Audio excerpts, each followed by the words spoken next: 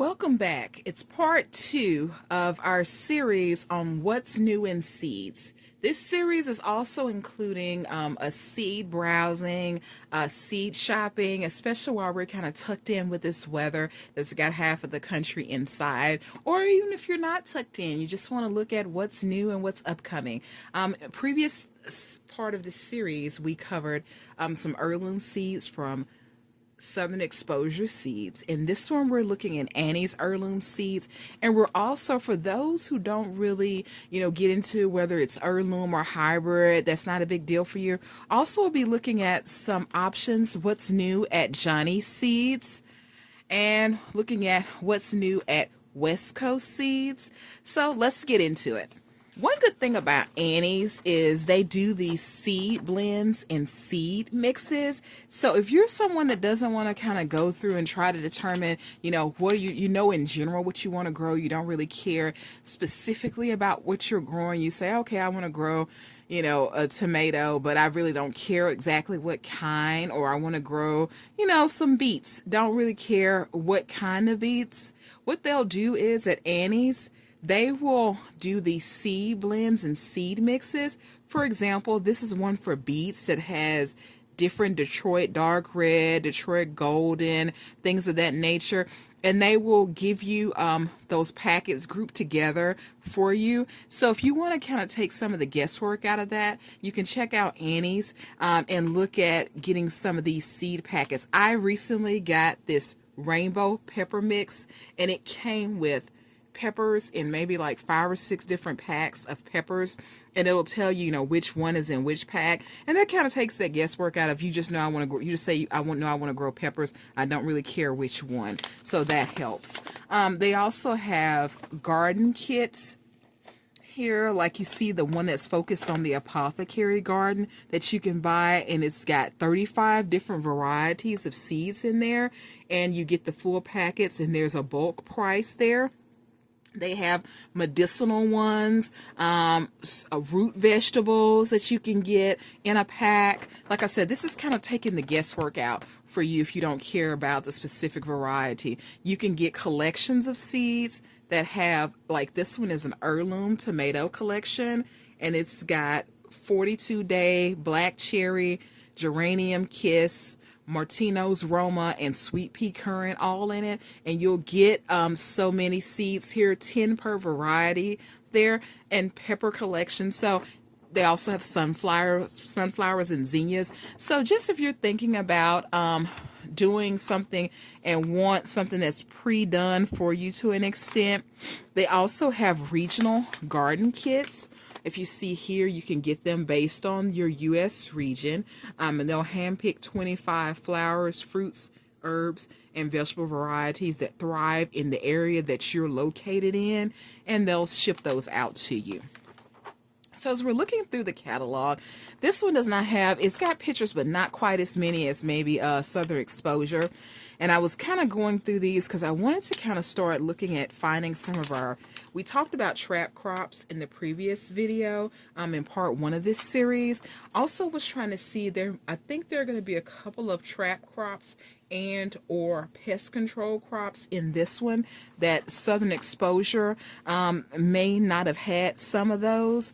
Here is one called a double yield cucumber.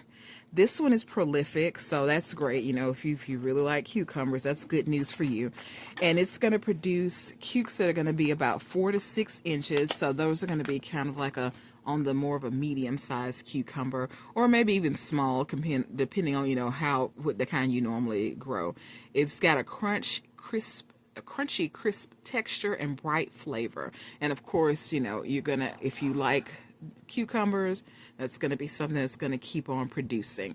I mentioned a previous video about certain kinds of corn. In this one, it's actually breaking down the kind of corn, and this is one I've never heard of before that I might look into trying. This Jerry Peterson one. It's one that's made to be turned into flour. So we were talking about, the popcorn variety versus the flour variety versus the grits, the kind that you would make grits with. For those in the southeast that are grits aficionados. And so here's a new one. Okay, so we're talking about what's new.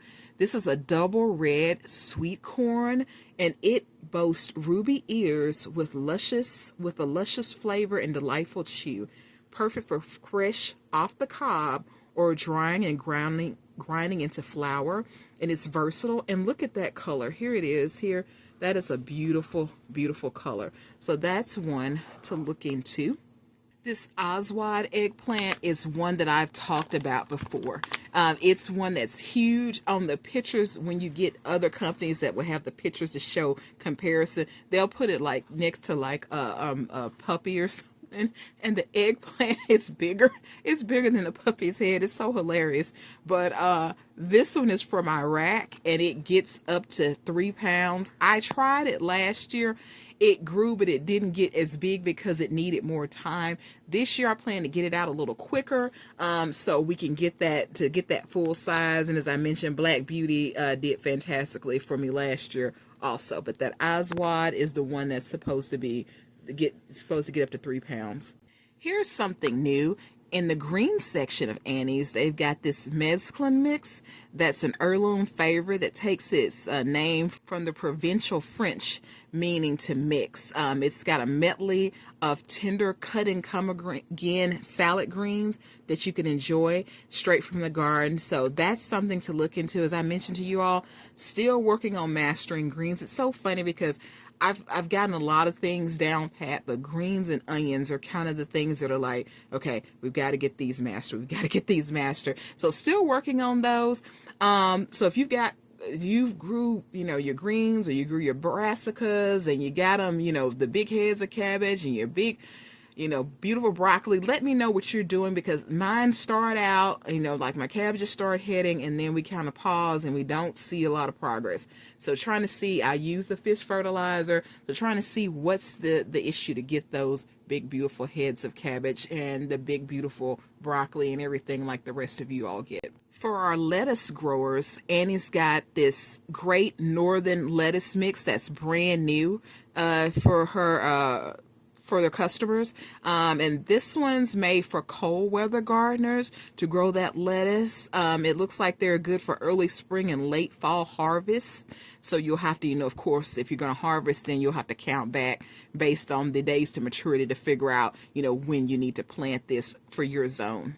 Once I master onions, I have most of these short day kind that's listed here, but that red burgundy onion might be a good one to try. Once I master, I love, the yellow sweet onions, but I've always loved the red onions. And it's so funny because I've got a family member that says, well, it's not a big difference. And I'm like, yeah, they actually do. That person, I don't think really had a history of eating red onions often, and I like especially doing red onions like in sweet peas. They make a huge difference in taste versus the yellow sweet onions. So once you all give me some feedback and comments and let me know about getting onions past that initial stage, again, if I can get the onions and the greens down, I think we're good to go on everything else. Also new at Annie's Heirloom, this Nada sweet pepper, and this mammoth sweet Spanish pepper, and this Hungarian sweet wax pepper. Interestingly enough, I've seen this Hungarian one other places, so it's probably just new to Annie's, more so than just, kind of being something that they found in another country, as a new, heirloom to offer. But this mammoth sweet Spanish pepper sounds like something that I might want to try. It's cone shape, gets to be 7 to 8 inches long, and it's good for roasting, grilling, or stuffing, and actually works well in salads. And they're sweet and fruity tasting, and it makes them a favorite among chefs according to the copy here. So this sounds like something I would like to try. And this jalapeno sweet pepper, it's got a bold flavor of a jalapeno without the heat. Okay, now you're talking my language. This is what we're talking about. As I mentioned in the previous video, with me being a celiac, I don't do a lot of hot, spicy stuff at this time, until we get, that under control and get that better managed, then maybe one day. But, I'm always looking at this time for sweet pepper. So these two are right up my alley, and they're new. What's new in seeds? Spinach. They've got a new variety at Annie's called Merlot Nero spinach. It's an Italian heirloom that grows in a compact rosette. So that sounds interesting. So it's perfect for us. We're container gardeners on this channel. So it's perfect for containers and raised beds. The leaves offer a rich flavor, and so that sounds like something I'd like to try. I haven't done spinach as much, but definitely something I can look at and try. Okay, and tomatoes. Here's some new products. Bonnie's Best Tomato, and this one is one that's indeterminate. So we do have determinate versus indeterminate. If you like to, go based on the way those grow, this one's going to be an indeterminate, and so this one's great for canning. The fruit are going to be firm, meaty, and flavorful. And so that's something to look at. I am getting more, and I will be getting more into food preservation. And probably at some point we'll be including that on this channel. It's something that's a long-term thing. So yeah, but we'll be talking about that more. But, as far as going into that, but this one's great for canning. There's also an orange Roma that's new to Annie's. It's a sweet, less acidic flavor. Again, great for sauces and canning and slicing. Here's another tomato. It's called Floridade. That's it's actually new to Annie's also. It's a determinate one. So as opposed to our other one that we mentioned that was indeterminate. It's compact, looks like it thrives in temperatures up to 95 degrees Fahrenheit. And Floridade, which I'm assuming is named after Dade County in Florida, but that's just an assumption. They're going to be firm, rich, and tangy for slicing, sauces, canning, freezing, or fresh. So this is very versatile. You can do anything with this one pretty much. So that's a new variety for Annie's. And then they've got this cherry tomato mix. So, you can get a medley of green, pink, purple, scarlet, white, yellow, and bicolor tomatoes. So someone asked me recently, what's the easiest thing to grow if I just wanted, especially I guess in a warm climate? Easiest thing to grow in cold climates is going to be garlic. That's going to be set and forget it. You separate the bulbs, put a fertilizer in there, pop them out there, put a little water on them. They're going to make it. They don't need you to water them weekly or bi-weekly or anything. Like, they're going to make it. Summertime tomatoes would be the thing I would say. Either tomatoes or peppers. Even more so if you're on a patio, at an apartment, something like this, a cherry tomato is going to be your starter crop. This is going to be your first thing to grow. That's going to be easy, won't require a lot of attention. It's made for those 90-degree days, and it'll get you started and get you going as a new gardener. In our melon section, Annie's has a bush version of the Sugar Baby watermelon. We've talked about the Sugar Baby, and she's got the traditional Sugar Babies here on this page, but on the previous page, she's got this new kind that's a bush version. So it's got shorter vines, and it's compact like the other original version, and it's good for raised beds and containers. As I mentioned in part one, I'm not a big melon person, but I do have people that are close to me that love melons, especially as the weather gets warmer. And so it's a good, I guess, trade-off for hydration in the warmer months. And so this one is going to be one that's going to give you 5 to 8 pound melons. And like I said, it seems like the difference here is that instead of it maybe climbing as much, it's going to give you more of a bush style, and you don't have to, you're going to probably still need something, because if it's going to give you 4 feet vines, you're going to still need something for that to probably, you can let it trail on the ground if you want. Bear Brown has some great videos where he's showing things trailing on the ground, and I think he even like strawberries and things too. So you can let it trail on the ground. It just depends on how you want to do it. Depending on how you configure it, it can help you, avoid pests, depending on if you trellis it or don't trellis it. It's going to kind of be up to you. Some things do need to be trellised though. Okay, let's get back to our companion planning and focusing back on that like we did in part one. So looking at some different companions here, we talked about in our companion planning series, one of the things that you can plant as a companion, we talked about dill and basil, but chives was also something that we mentioned. So here they've got just a standard chives with a mild onion flavor, and they'll attract pollinators and repel pests. So this is just a generic chive. And then we've got what's called garlic chives. They're known also as Chinese chives. It's a flat leaf variety of chives, more of a robust flavor. It's going to give you the kind of flowers that pollinators absolutely adore. So, these can be used depending on what you're pairing it with. They can be used to ward off certain pests based on the scent. I've also seen this purslane used in combination with certain crops as a companion plant. So depending on what you're planting, this can be something that you could also plant alongside your crops. Another star from our companion planting series was spearmint. It's funny, I like to see, when I see it, I like to try to get it because you don't see spearmint in all these catalogs. I only see it sometimes. So this is something that's going to help deter pests. And if you want to see what to pair it with, check out that container planting. It's a 2-part series on companion planting, I should say, on companion planting. And there's one that the spearmint is definitely going to work with to keep those different insects off of your crops. Attract the right insects to keep the other insects at bay, and will keep the wrong insects off of your crops. Annie's also has a new one called Wintertime. It's aromatic and bushy. It's good for garden beds and containers. So that's one of her new, what's new in seeds as far as the herbs section. There's also a new one called Navajo tea, and it's known as the Hopi tea or the green thread. So this sounds like it's coming of Native American Southwestern origins. This one is brewed, according to the copy here, as a pain-relieving anti-inflammatory tea. Of course, this is not medical advice. Please consult your physician. Also check for drug interactions with anything. So this is just being mentioned, but that is one of the new offerings. Another new offering is Sweet Annie, known as Chinese wormwood. It's highly fragrant. And it's used for medicinal properties. Also, once again, this is not medical advice, but these are some of the new herbs in the herbs section of Annie's Heirloom.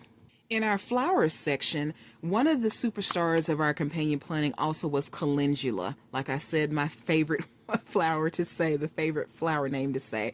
And she's got a new fancy mix of calendula. So once again, if you don't want to go and try to figure out, what variety to take on, just let her send you a mix and you'll have different ones. You won't have to choose and have to determine what you want.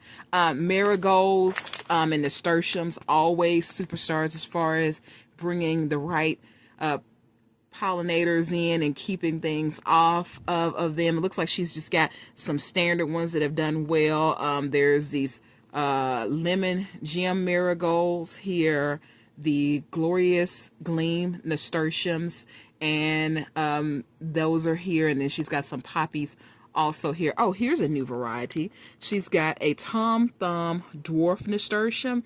It's a compact, bright, vivid orange, red, and yellow blooms, perfect for containers, that's us, and border gardens. So if you want to look at something that's going to be compact but will help you with that companion planting and help you with pest control naturally, Tom Thumb is a new variety that's available for you. Zinnias, that's another flower we talked about in our companion planting. She's got this canary bird zinnia is the picture here.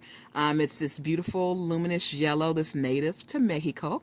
It's heat tolerant and it lasts well into the fall with deadheading. Yeah, deadheading is important. It's so funny. Sometimes when I'm at like some of these big box stores and we go through the garden section, we're talking about deadheading. People to this day all tell me, what is that? What are you talking about? And I'm like, yeah, certain plants, you need to help them along. You need to say, hey, it's almost kind of like harvesting, sort of. It's like you're letting them know, hey, I'm done with this particular part of the flower, produce more. So yeah, that deadheading is definitely important. It's important with the some of our other flowers that we have that pop up in the yard in the spring. You have a lot of times you have to do it, even if it's the marketing may say you don't need to do the deadheading. As far as another new one, there's Rose Giant Cactus Zinnia. It's got rosy pink double blooms with spike petals.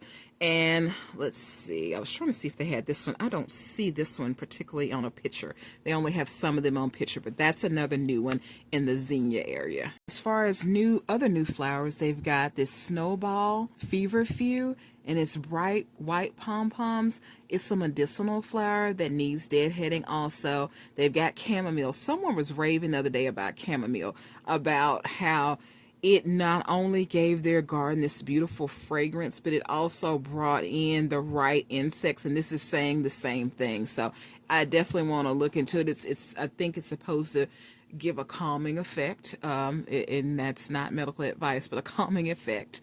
But again, if you want to take the guesswork out of everything, here's some mixes in wildflowers, just like we talked about with our So True seed mixes that we've talked about in previous videos. I'm sure Southern Exposure probably may have some too, but Annie's has these mixes. She's got a deer resistant mix. Now I'm interested to try this one because when I tell you deer in this area, probably about 5 weeks ago, I was leaving home in the morning and I saw something moving through the fence, and I thought, that's a big dog.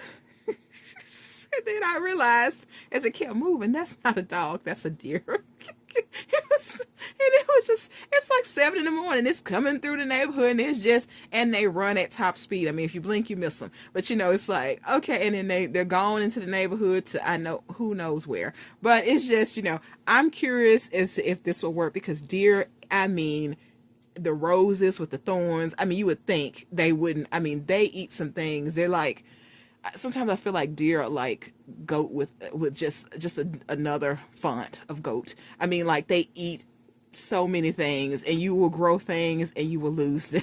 So this is something I would love to put to the test. And she's also got this partial shade wildflower mix, which is beneficial because, like I said, you have things like bell peppers that need partial shade so they don't get sun scald. So this might be something good to bring in those beneficial insects to those bell peppers, and they will sit in that same area. So that would be the use case there. Okay, let's move on to Johnny's next, and let's see what's new in seeds. Just in general, and they made it easy for us. They actually put up here what's new for 2026. So that's going to help us as far as, going over what we want to see for this year. Okay, there's a carrot on 8, this amber carrot that's new. And it looks like it's gonna average from cream to pale yellow with a pleasant, mild, sweet flavor and a crunchy texture. So strong tops and healthy tops similar to Bolero, and that's new. Okay, and it's a 70-day maturity on that one. The next one's gonna be some corn.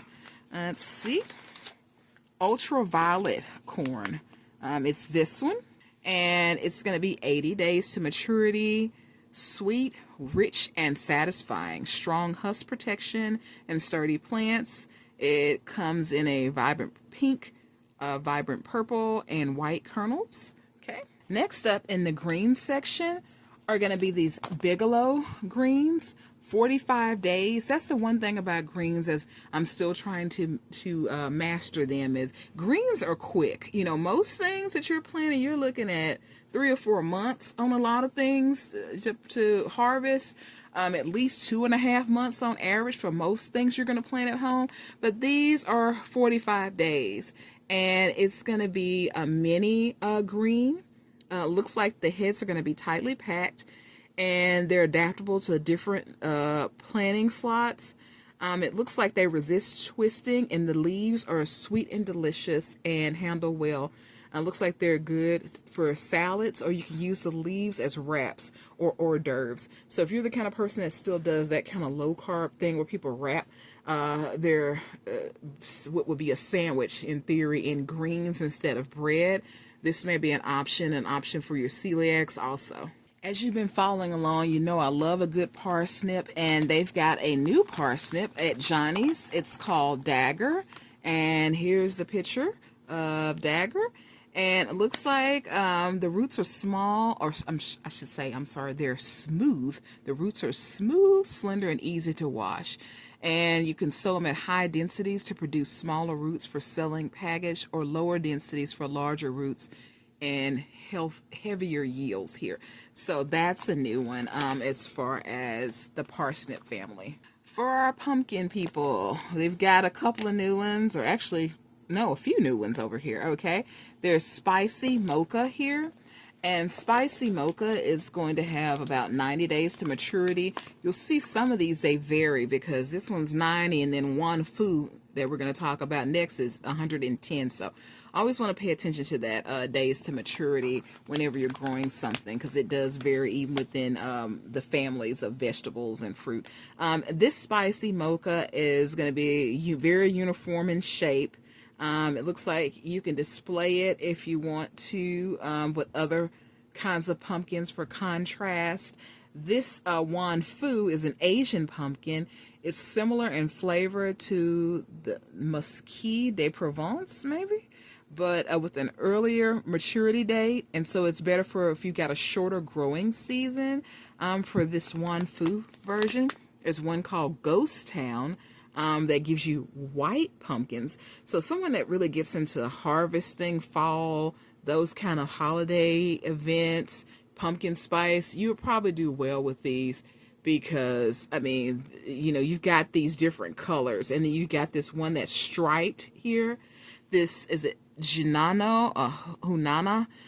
It's going to be variegated green and orange striping. You think about doing a display and putting all these different kinds together. That would be really a striking display if you did something with that. And then, of course, you got loofahs. I've seen loofahs. They're new to, it looks like, to Johnny's, but I have seen loofahs as heirlooms in other catalogs, even though they're not, you know, marketing this as an heirloom here. But yeah, I've seen this where you can grow your own loofahs to use in your home, you know, in your bathroom as sponges and things of that nature. So they've got those new to Johnny's this year. In our radishes, one of our companion plants, here's a Pepito that's new to Johnny's Seeds. It's this one, and it's got superior heat tolerance. It says it's the most reliable red radish they've ever trialed. It's excellent, especially for warm weather crops, and it stays rounder in hot weather and has slightly smaller tops when compared to Donato, making it excellent for bunching. And it says it does well in cool weather, so it's pretty versatile if you like radishes, or even if you don't really care about radishes but you want to use them year-round as a trap crop. Pepito sounds like something you may want to consider as a year-round trap crop, since they're saying it's growing well in all different types of weather. And in the tomato section, we've got a grape tomato called Mimosa. It's got a sweet, fruity flavor profile. It's this one here. Yeah, so it's kind of like, you know, those in between, you know, it's not quite a, you know, it's kind of like a cherry, almost maybe a little bit bigger, but it's the grape style tomato. And it has excellent disease resistance. It's very resistant to splitting. If you've grown tomatoes at any length of time, you know that if you let it rain on them and they sit out there, you will run the risk of them splitting, and you'll have, it will not be pleasant at that point, and that then opens them to disease and things of that nature. There's also one here called Cuzco. It's an early, widely adapted determinate. So this is a determinate version. It produces heavy yields of big blocky fruit with a high degree of uniformity, and it is good for getting your canning done, it says, at once for an extended production window. So if you like to can, this may be one, this Cuzco, which is pictured here, may be one to look into. Onion growers, I talked about in the previous versions, the prices on some of these onions. You know, you could get a bag of onions and it's $10 or $15 at the store if you get organic onions. So all the more of an encourager to be encouraged to grow your own if you can. In the short day side, and I'm in zone 8, so it looks like in the short day side, if you're looking for something new and, you know, it may not be a heirloom, they've got Red Sensation that's made with, it looks like It's a slow bolting grano type for short storage. So keep in mind that's the only thing of the trade-off. A lot of the ones that are heirloom I think are made for longer storage, but if you use these pretty quickly or you're going to give them away, may not be an issue. That's the red sensation here. You've also got something called Vedora. It looks like it needs 130 days versus the 145 for the red sensation. So a couple of weeks difference in days to maturity on these. This Vedora is part of the Vidalia family, looks like it. Has excellent bolt resistance and reliable performance. Has a sweet Granex flavor. And it's another short storage up to 3 months. So that's that Vedora variety, and both are short day onions. And we've talked about zinnias at length as companion plants to help keep pests down. And so here's a zinnia variety that's brand new to Johnny's. It's called Linen. And based on this, you can see this nice kind of off-white, beigey type color. It's from the same lineage as the ballerina zinnia. It looks like it gives a good refinements in form, color, and uniformity. It gives a high percentage of double blooms, but it's slightly smaller with the blooms as compared to some of the other ones. Johnny's breeding team developed this one specifically. So this is one for a neutral kind of look. You know, some people do floral arrangements and things of that nature, and you're looking for all these different colors. So with this linen, it gives you a palette if you want to do more of a neutral palette, or if you want to mix neutrals in with bright colors to give that contrast. They've got this in their repertoire as a new seed. Moving on to our last one, West Coast Seeds. This will be my first time ordering from them when I order seeds, and they are actually out of Canada, so be mindful if you order from them. If you're in the U.S., you might incur some type of fees when ordering from them. Just as a heads up, I have not ordered yet, so but just based on the current climate with everything, I'm thinking you probably would incur some type of fees there.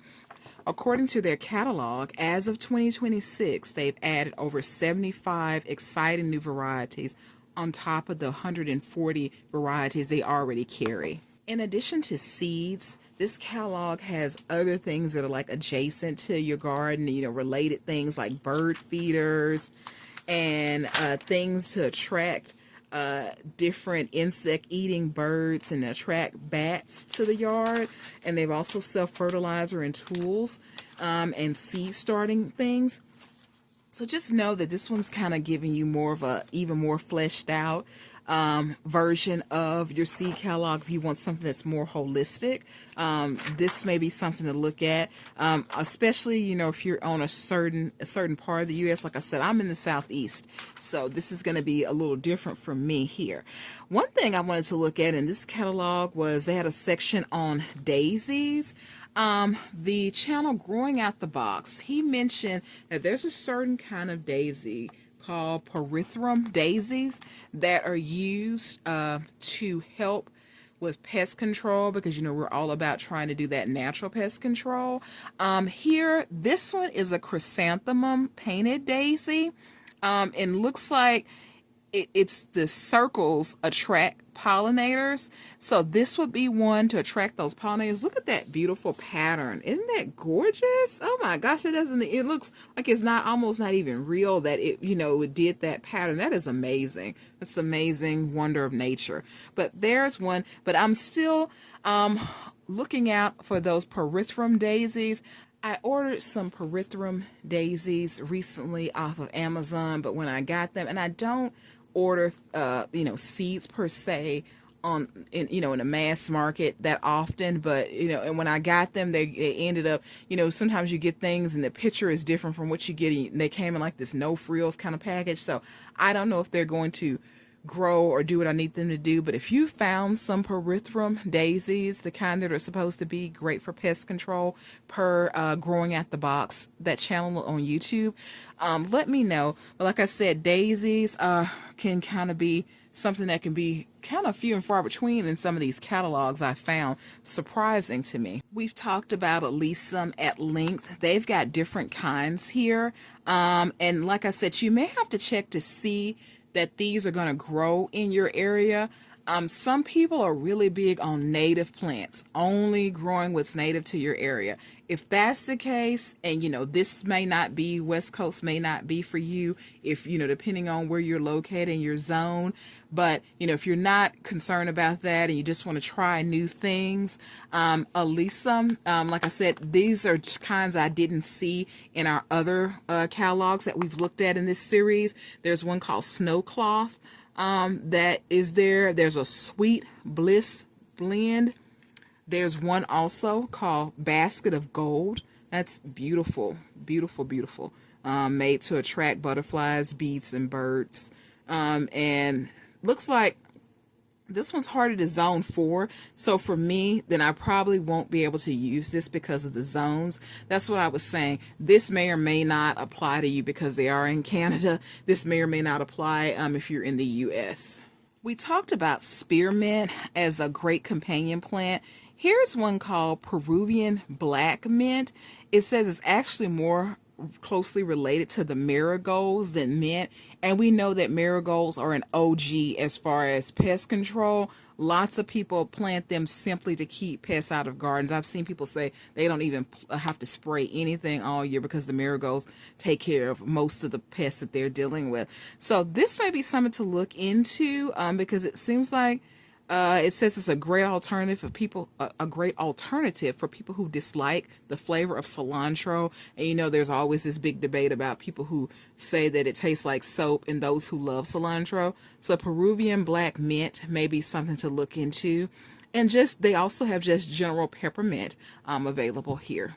For something that smells good and also is going to attract those beneficial pollinators, it looks like zones 5 to 8. Lavender is an option for you. They've got different varieties: the French, the deep purple, the Spanish eyes, and the blue spirit kind. Also, you hear about lemon balm being great.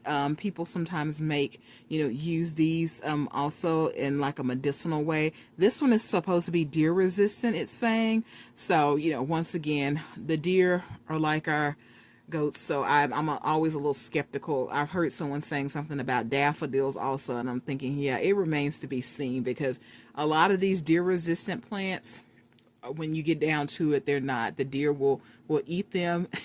If their first choice is not available, they'll eat the next one that's supposed to be deer resistant. Like Annie's, West Coast Seeds also has collections that you can get. They've got a QR code here that you can scan and go straight to their collections that are based on pollinators and wildlife. You can grow things for a certain ecosystem to create in your garden.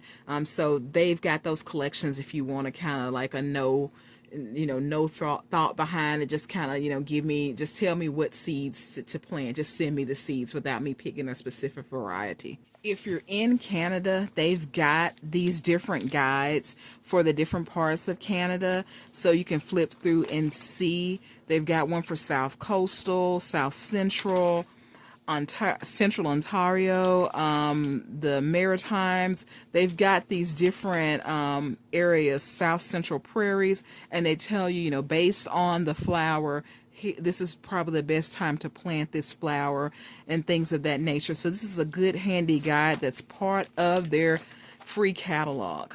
It's cool to see the differences in these catalogs, based on the region, because they're in Canada and those zones are going to be normally cooler. You don't see a lot of watermelons. I mean, literally, this is the watermelon section, and then it goes into the planting guides. So they've got literally like two, the Sugar Baby that we've talked about multiple times, and there's a new variety. So what's new in seeds called Mini Mike. It's a mini watermelon, and I'm assuming they do these smaller ones because it is colder and they just have a smaller window of time. It's not like us in the southeast where we have months and months of this warm weather. So because they have a small window of time, they focus on these small varieties like this that don't need a lot of time, 82 days, and so they can get that window of time and get that watermelon. And this one is tolerant to certain kinds of wilt and blight. As I mentioned earlier, we were talking about tomatoes. Here's kind of like a little cheat sheet on determinate versus non or indeterminate, I should say, tomatoes. Your determinate tomatoes are going to be bush tomatoes. They don't require pruning and they benefit from things like tomato cages. They normally produce fruit all at once as a concentrated set of fruit. Okay. And then, look, here's something that's good to know. If you're watching this in the U.S., it looks like they can't do pepper and tomato seeds to the U.S. Looks like, I guess, other seeds they can, but not peppers and tomatoes. But this information on determinate versus indeterminate is still true whether or not you get them from West Coast seeds or not. Indeterminate tomatoes are your vine style tomatoes.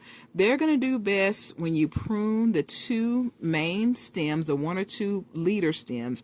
They need a stake or a twine trellis to climb up, and then they're going to give you fruit over an extended period of time. So instead of getting everything at one time, you'll just, kind of come back over and over again. I tend to do more of these indeterminates that are going to continue to produce over time. If you're into gourds, they have a lunch lady mix at West Coast Seeds that takes about 100 days to mature.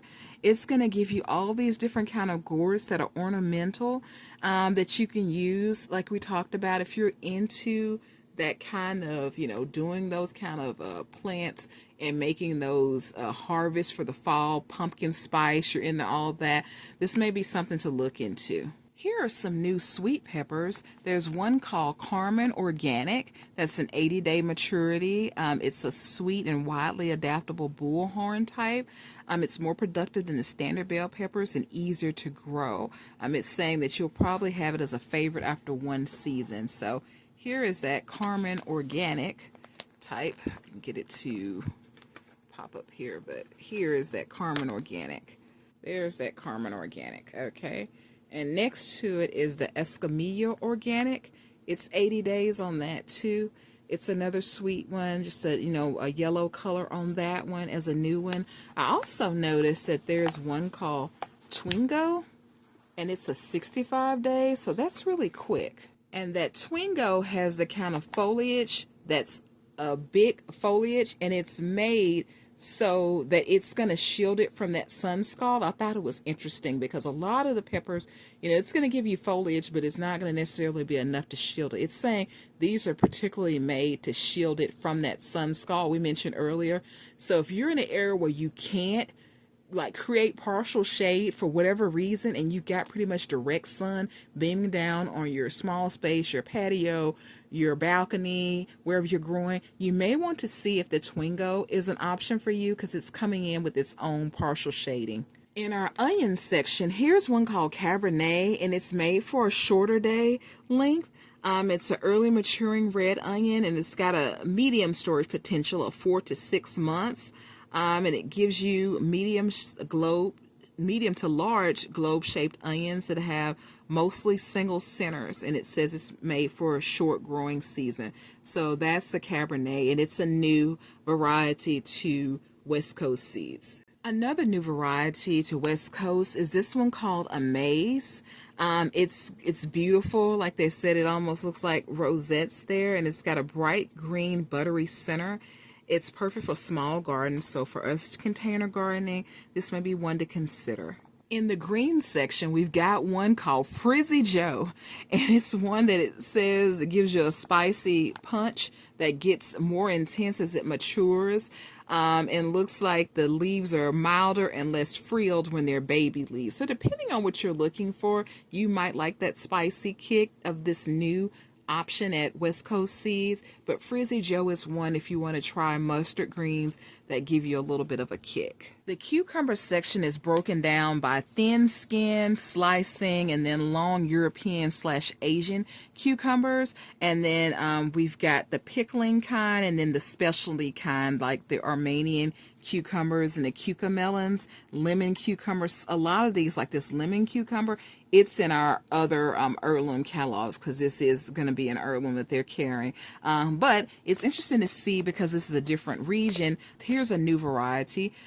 to West Coast Seeds. This one's called Manny Organic, and it takes 45 days. Yeah, cucumbers are pretty quick. Normally, they don't take a long time like some of these other things take. But this one can be grown in a greenhouse or in your standard garden. It's going to give you heavy yields like often cucumbers do, and they're going to be 5 to 7 inches and more of a smooth skin cucumber. And it looks like, yeah, this is one that's known to have excellent flavor and texture. So this is a new variety to West Coast. They've got the corn sectioned off, and in the super sweet section, you've got a couple of new varieties. There's one called Equinox that takes 70 days. It looks like it's going to be super sweet. It looks like it's going to hold its quality in the field and after harvest much longer than other corn types. So this may be something, I guess, if you're going to use it and you don't want to maybe actually, I guess, put it away, but you want it to stay and keep for a little while. This is one that may be an option. Also, there's one called Solstice. So you see the relationship here, equinox and solstice. And this one is going to be 70 days also. And it's got bicolor kernels that are sweet and tender that will hold their quality longer also, just like Equinox. Also new is this type of radicchio called Monterosa. It looks like it's going to be green up until it's almost time to harvest, and then you'll get this beautiful pink color. So that's going to be interesting. It's extremely cold hardy. So if you're into radicchio, this may be something to look at. Another advantage of looking at these different catalogs is they sometimes have access to other heirlooms I've not heard of. For example, this one is an heirloom for West Coast, and it's a Paris market carrot. If you look at them, they're like, little globes. I've never seen an heirloom carrot that's shaped like a globe. So yeah, it's a French heirloom that's small, nearly spherical roots, about 4 centimeters in diameter, easy to grow even in heavy soil. That's important because a lot of times with certain crops, you need something that's more loose and dense. So this is going to be okay in a heavy soil, and it's going to grow uniform.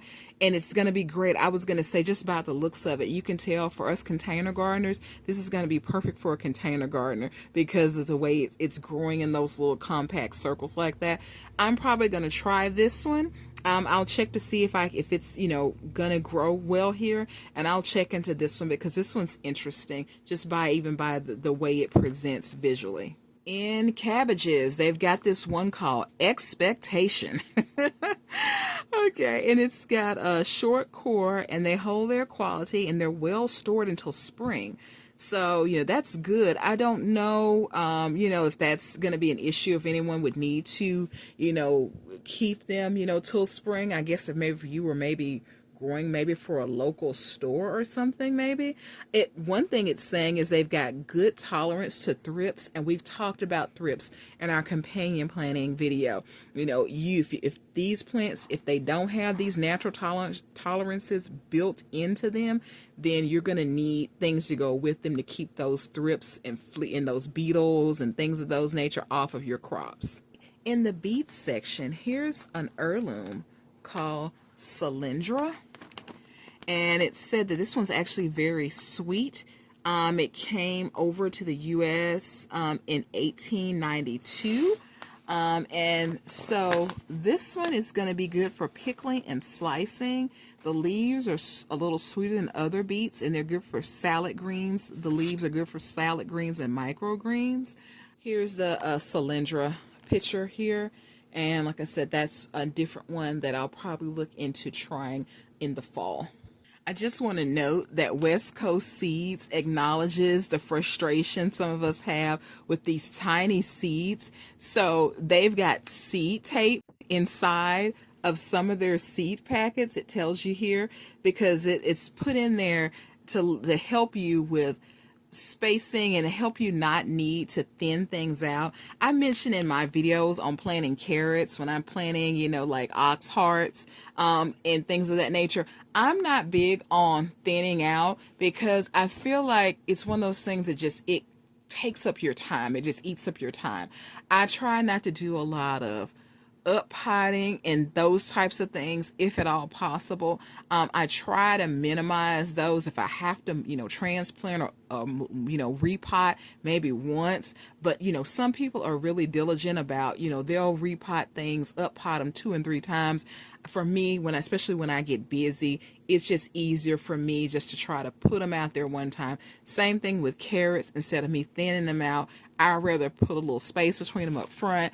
The first time I did that, I did it and they grew just perfect. I mean, there was no space wasted. They had enough space. They weren't crowded. So they have a seed tape that's made particularly to help you with the spacing. So whenever I do place my first order, that's going to be a nice added benefit, because so far no one's included seed tape from the companies that I've ordered from so far. I don't know if that's a thing that they will implement, or if it's just a thing, just a Canadian thing, or what. But I want to tell you, thank you so much. That's wrapping up part 2 of the What's New in Seed. Thanks for joining me. There is a part 3 because, as I mentioned on part 1, there are some amazing companies out here that either don't send paper catalogs, I guess for, the money saving, eco aspect of not printing on paper, or you have to get a catalog if you purchase first, so you can't just get a free catalog in the mail. Like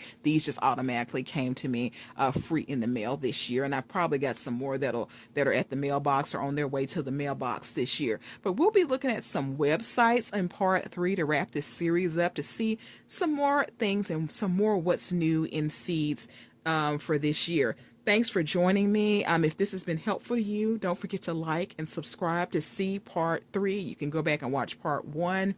Also, check out the companion planting videos that I've been mentioning throughout that, and how some of these seeds will be ordered as companion plants and trap crops.